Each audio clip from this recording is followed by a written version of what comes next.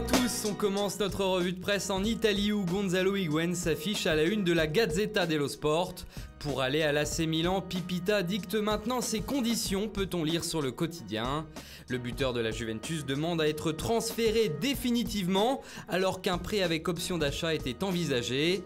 Et Higuaín demande aux Milanais de le payer 9 millions d'euros net par an. En France, le mercato du PSG agite la presse. Dans le journal Le Parisien du jour, on apprend que le défenseur allemand du Bayern Munich, Jérôme Boateng, aurait trouvé un accord avec le PSG. Une opération qui pourrait se conclure autour des 45 millions d'euros. Là-dessus, il n'y a pas encore d'entente totale entre les deux clubs. En outre, le quotidien ajoute également que le Français Benjamin Pavard est déjà désigné comme son successeur dans le club allemand. En Angleterre, le PSG là aussi fait les gros titres. Dans le Mirror, on peut lire que le club parisien va se battre pour N'Golo Kanté. D'après les informations du tabloïd, les dirigeants parisiens refusent d'abandonner le dossier en dépit d'une très belle proposition de prolongation de contrat de la part de son club, Chelsea.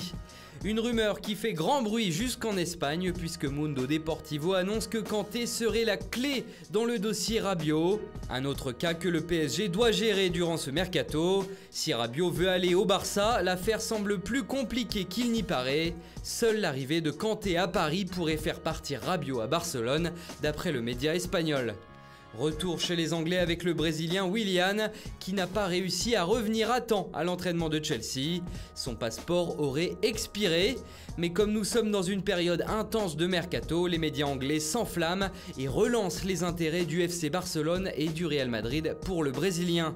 Enfin dans le Sun, on se lâche aujourd'hui. Old Trafford exclusive, Manchester United veut Zinedine Zidane. Si José Mourinho quitte son poste d'entraîneur, lâche le tabloïd. Le Français libre de tout contrat serait placé tout en haut de la liste pour les dirigeants mancuniens qui envisageraient donc déjà un départ du Portugais.